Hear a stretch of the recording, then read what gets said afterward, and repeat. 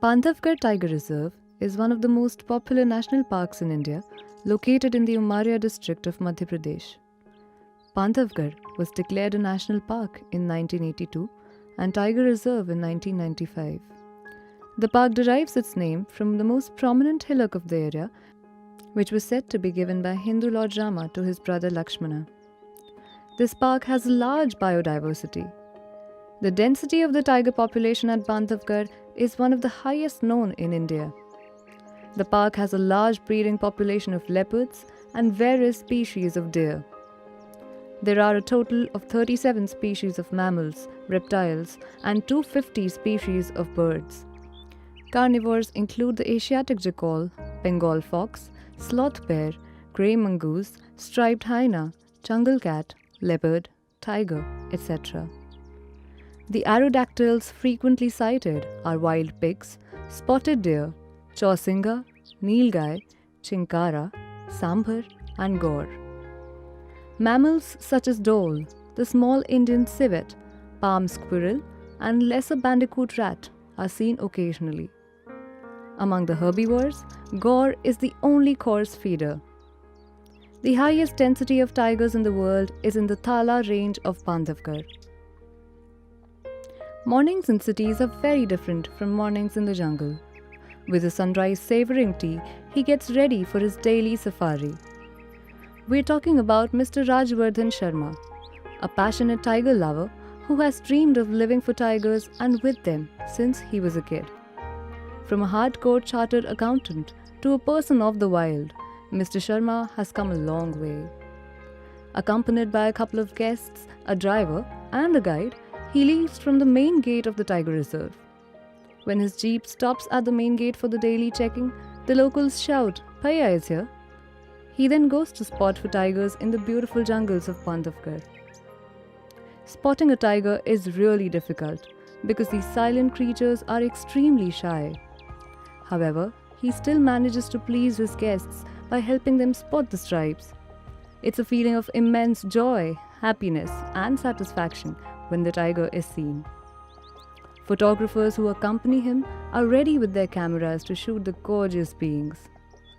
His outstanding courage and love for the wilderness has gotten him a name everyone loves to shout in Bandhavgarh. The guests then proceed for lunch at the standard restaurant. After the lunch and some time of relaxing, they go back to enjoying the sunset. It all ends with a huge campfire. This is a 90-minute exercise with a light interaction session of the guests and the accompanists with the man we're talking about all this while. There are also traditional folk dance performances to entertain the guests. He says that the tiger land gives him eternal peace and inner soothing. Mr. Sharma was in the papers for a very brave act of his. The incident occurred in the month of March 2003. He has a wonderful relationship with the locals of Bandhavgarh. Their rapport is a result of years of bond building. Let us now hear what the witnesses of the same incident have to say about Mr. Sharma. ये 29 मार्च 2003 की घटना है जब एक tigress गाड़ी के अंदर कूद गई थी जिसमें टूरिस्ट बैठे हुए थे। एग्जैक्टली यही स्पॉट है। करीब 10-12 गाड़ियाँ यहाँ पे खड़ी हुई थी। फार्मर डियर की रामकौर यहाँ से चल रही थी इधर से, तो क्लियर था यहाँ पे टाइगर है। वहाँ पे 3-4 गाड़ियाँ खड़ी थी, तो उसमें से एक गाइड ने सबसे पहले उस टाइगर को लोकेट किया। वो टाइगर वहाँ निकला उस पेड़ के पास। तो उस पेड़ के पास से निकल के उसने गाड़ियों की तरफ देखा और गाड़ी की तरफ चलना शुरू किया। उसके बाद जैसे शिकार की तरफ जाता है टाइगर, अपने स्टॉक करते करते धीरे धीरे उसने वो ऐसे किया। मेरी गाड़ी सबसे आगे खड़ी हुई थी उस पॉइंट पे, तभी वो तेज़ी से दौड़ी और इधर से होके इस गाड़ी में जंप कर गई। वो गाड़ी के अंदर कूद गई।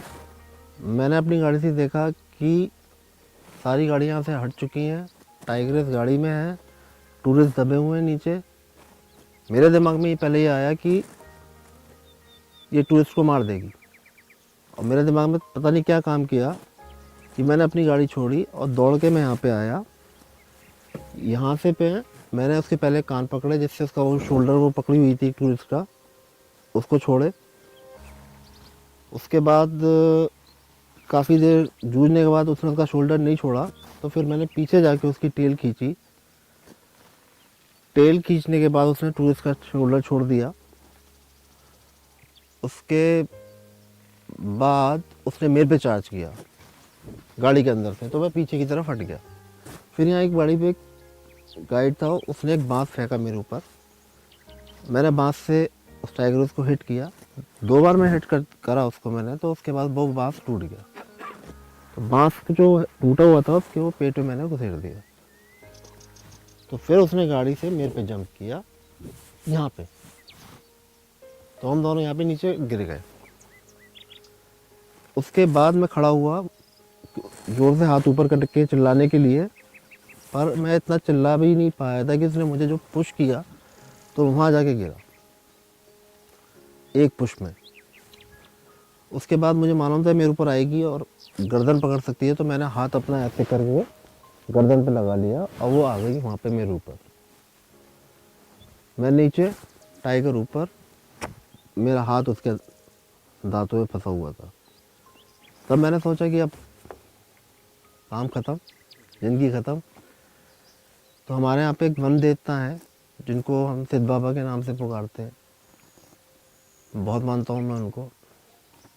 तो मैंने मन ही मन प्रार्थना की कि सिद्ध बाबा, जिस जानवर से मैं इतना प्यार करता हूँ, क्या आज वो जानवर मुझे मार देगा? मेरा ये कहना हुआ और उसका मुझे छोड़ना हुआ। जैसे ही उसने छोड़ा मुझे, मैं तुरंत खड़ा हुआ। दोनों अगल बगल में खड़े रहे। वो मुझे देख रही थी, मैं उसे देख रहा था, और मैं चिल्ला रहा था मेरी गाड़ी ले आओ, मैं इसको हटाऊं। फिर कोई लाया नहीं गाड़ी। फिर वो मुझे देख के धीरे धीरे चल के अंदर की तरफ से वो गायब हो गया। एग्जैक्टली ये स्पॉट है वो पूरा। इस स्पॉट को चार्जर पॉइंट कहा जाता है, और इतने एरिया में सारा घटनाक्रम घटित हुआ। एक दिन की बात है, मॉर्निंग सफारी में हम लोग निकले। घूमते घूमते चार्जर पॉइंट के पास पहुँचे, जहाँ पर अलार्म कॉल आई सांबर डियर की।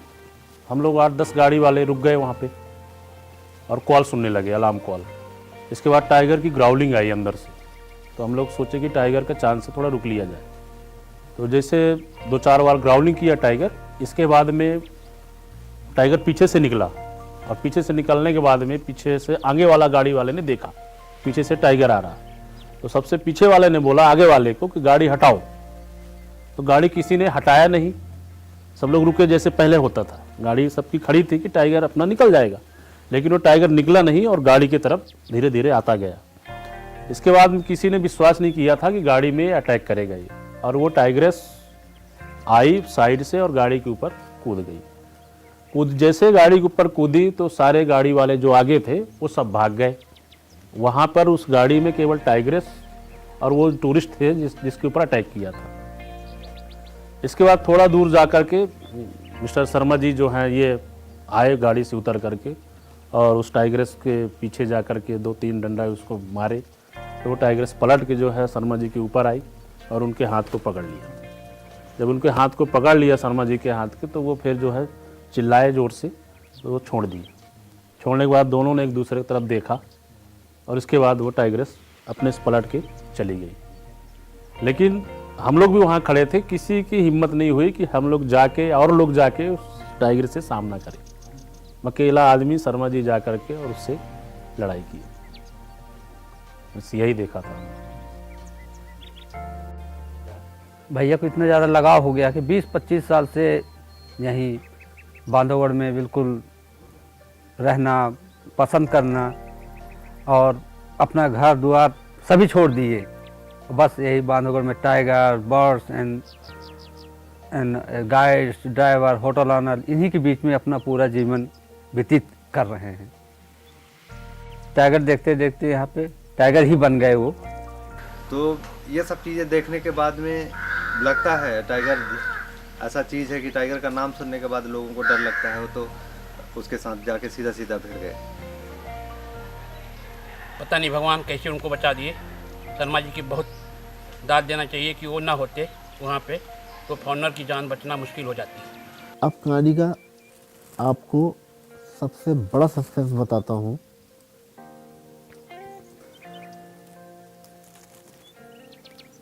कि जिन 2 बच्चों को देख के मैंने डिसीजन लिया था कि यहाँ पे होटल बनाऊंगा सन 94 में, वो उनमें से वो एक टाइग्रेस वो थी। मैंने उसको 2.5 महीने का देखा था अपनी माँ के साथ।